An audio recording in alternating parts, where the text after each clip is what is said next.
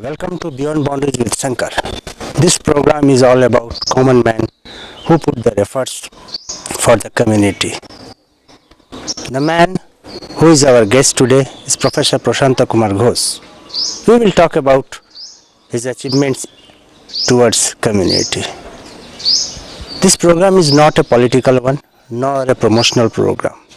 Our efforts is to bring the changes brought by individual with their leadership. We will invite our guests in this program who contributed their effort, sincerity and dedication for the community. Today's guest is Professor Prashanta Kumar Ghosh, the person who committed very excellent example of sustainable development.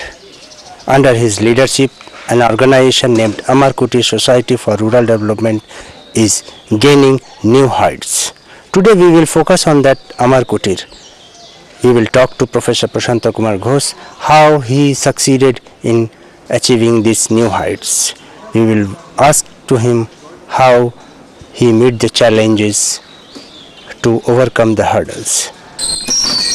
Welcome to our program Beyond Boundaries with Shankar.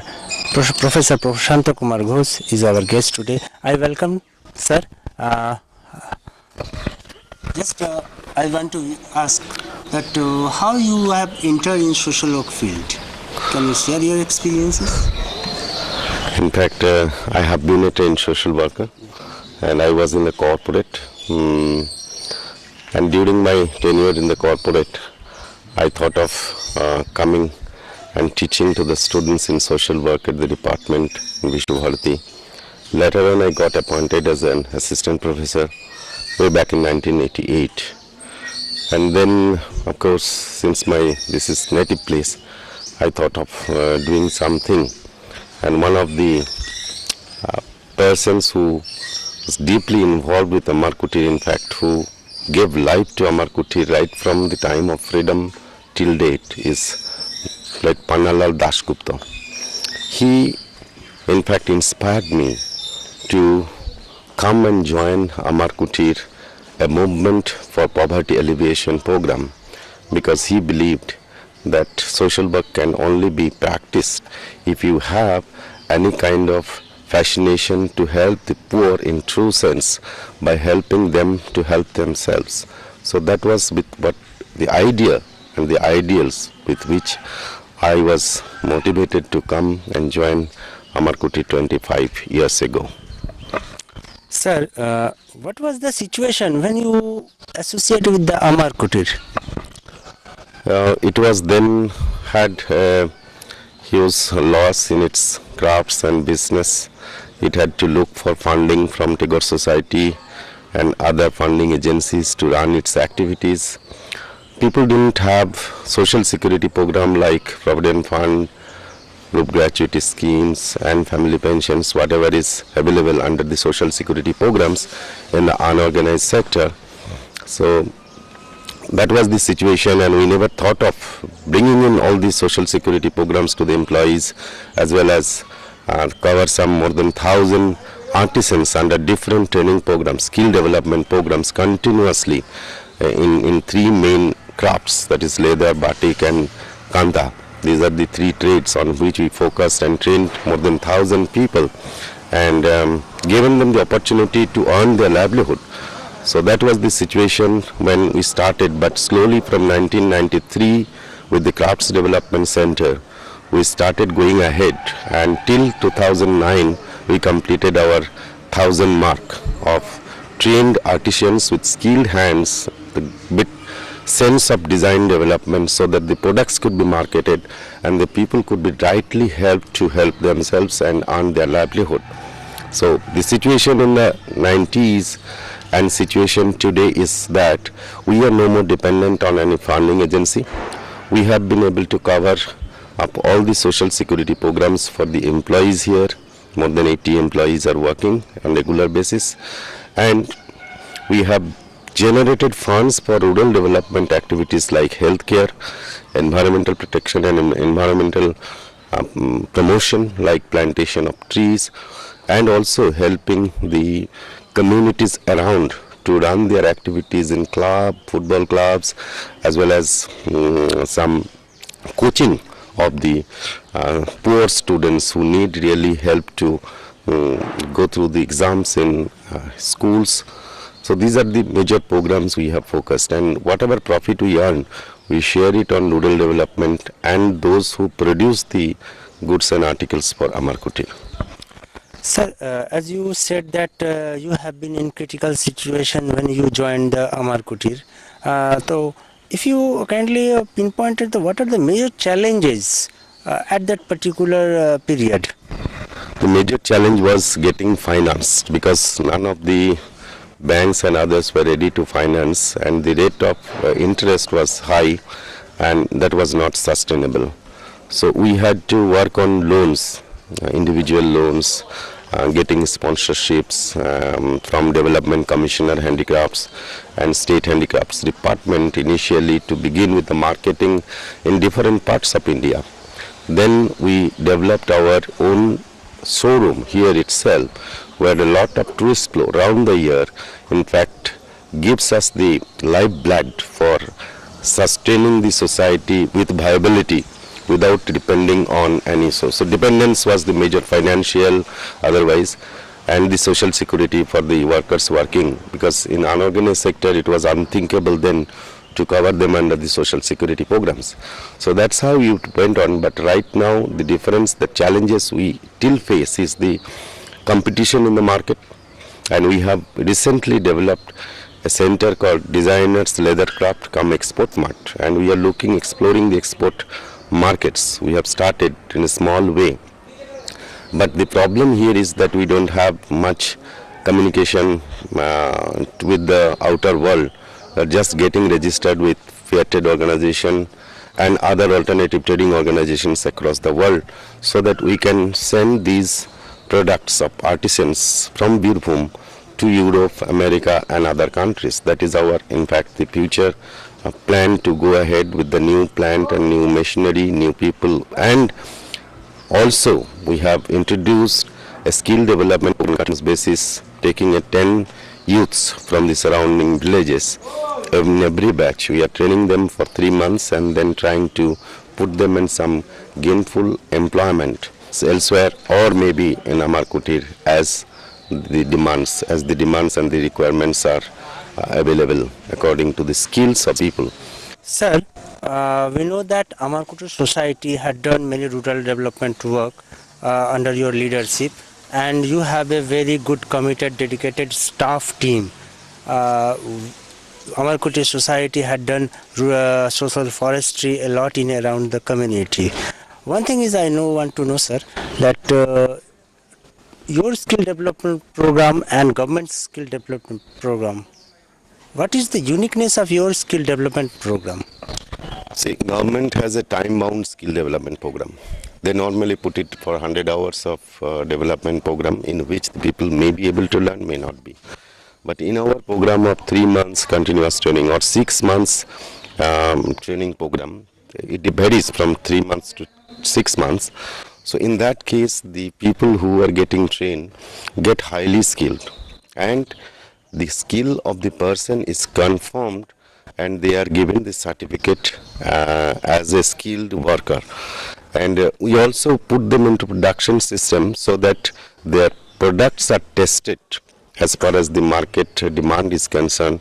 So they get more of confidence rather than a time-bound 100-hour skill development program. That's the uniqueness of the Amar Kutir, that we have a program where we complete development of the skill of a person in a particular trade within the given period. If not, then their periods may be extended for a certain 1 or 2 months or 3 months as will be required. Sir, we have observed that many artisans are working from generation to generation. Father is working as an artisan, and his son and or daughter also joined as artisan. Can you give some light on this dimension? Yeah, that has been the tradition of India. If you look at the traditional Indian society, crafts and skills were learned from the family and their ancestors. and this was carried forward to the next generation. In fact, today under the institutional training program, there are lots of course compliance, curriculum, things like that, but it was not there in the tradition. So if traditionally, if some artisans, new generation is joining as an artisan, that I think adds to the artistic ability of a person when it comes from the family as well as from the institution. So they get both exposure, right from home to institution and then into the production system. So that's, I should say, a complete training of artisans, generations after generations. In other words, we can say that maintaining a traditional texture with modern technology, the uniqueness of Amarkoti society is one of them. And now, I just want to ask, sir, what's your strategy in developing Amarkoti society? Right now, we are looking forward to the export markets, explore Indian markets further, and adding up production, scaling up productions, adding up people, getting direct employment in place of indirect employment. We have done so far much to that end, but right now our focus would be to cover more people, get more people, and upscale production so that the profit of the organization can go up, and also we can take major social development programs with the profits earned from this organization, because the whole executive body is honorary and we sit once in 3 months to decide what should the future course of action for the society, so that actually it remains a society for rural development instead of, or in place of, any individual entrepreneur or an organization meant for profit. It's a organization meant for profit as well as non-profit, because whatever profit we earn, we spend every year after payment of necessary taxes as per the government rules. So that is where we have our more focus on having a strategic expansion of the market in India and in foreign countries, as well as developing skills and adding more people to this organization, making more business and uplifting the economy of the rural artisans. That is our strategy, so that we are also looking forward to some professionals appointing consultants for different programs. We have also applied with the project to UNDP for marketing endeavor in other countries, and if we can have some kind of support from the state as well as the central government, I think our ways and strategies will get strengthened within next 1 or 2 years. Sir, we know that you have influenced the policy level greatly at national level. What do you think about the gaps in policy, and what you suggest to recover the gaps at policy level? So the policy on skill development, if we take it for example, the policy on skill development is cover maximum people within the shortest duration of time and with minimum investment. But the skill development actually requires longer duration of time, span of time, and more focus on actual development of the skills of the artisans. And until they complete, there should be a continuous effort. So policy wise, the government might have taken a good policy to cover maximum people within a given period of time. But if you look at the actual in practice, we have to have more focused training, integrated training, and bring the competency level to that extent where the people can do something out of there. If even the society is not marketing, they should be able to market their products elsewhere. So that is the opportunity we also would like to provide to the people. Recently we have been asked by the state minister to establish a Karma Bhumi. So Karma Bhumi is a place where you can have a marketing of the people by the artisans directly under a shade, where society would promote these artisans so that they can get the maximum benefit out of that. So that is what is very important for us at the moment to. Sir, lastly, I just want to know that you are a teacher And what use few words for the student, social worker, and development professional? See, all students in social work mostly join the development initiatives either run by NGO or government organizations. And most of these projects at the moment in India is addressed to the livelihood system, strengthening livelihood systems in our country. And if I look at the work of Markutir and the role of social worker, I think many of our social workers are doing this, engaged in developing entrepreneurial skill among the individuals, building groups, self-help groups, working on health and education, and all these development initiatives mostly needs an integrated approach which should go along with the cultural tradition of the country, that should take into consideration the economic conditions of the people, and also the health and education part, which is very important. Major lacuna in our training program is that majority of the artisans do not have that level of education where we can teach design or ask them to draw a design of their own so that each product becomes unique. So education, health and other fields, if the social workers can serve, then they would definitely come up with certain competency which will help the individuals to earn. So social work directly addressing the poverty alleviation program, health issues, education, I think is an integrated approach. So this entrepreneurship program or rural entrepreneurship or women's entrepreneurship program could be the alternative areas of intervention for the social workers in the days to come. And this would be an emerging field of practice for social work. That is what I believe too. I thank Professor Ghosh for his time. Keep watching Beyond Boundaries with Shankar.